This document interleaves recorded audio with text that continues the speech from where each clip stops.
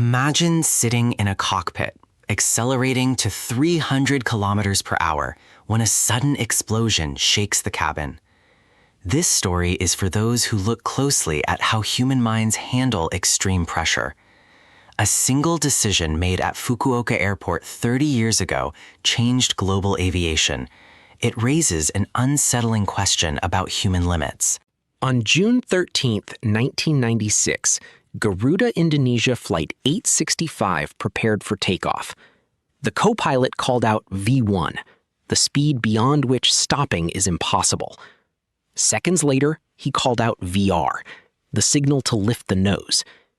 Just as the aircraft left the ground, the right-hand engine suffered a catastrophic failure.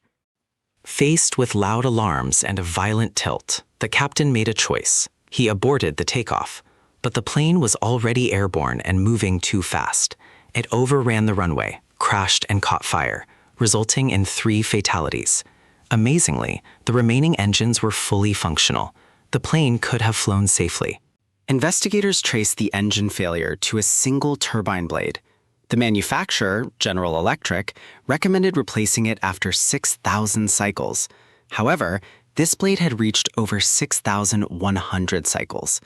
A communication gap between maintenance and the cockpit had allowed this tiny risk to slip through. Instead of simply blaming the pilot, the aviation industry redesigned the system. Engines were given containment shields to trap broken parts. Flight computers were programmed to automatically stabilize a tilting plane. More importantly, pilot training was revolutionized.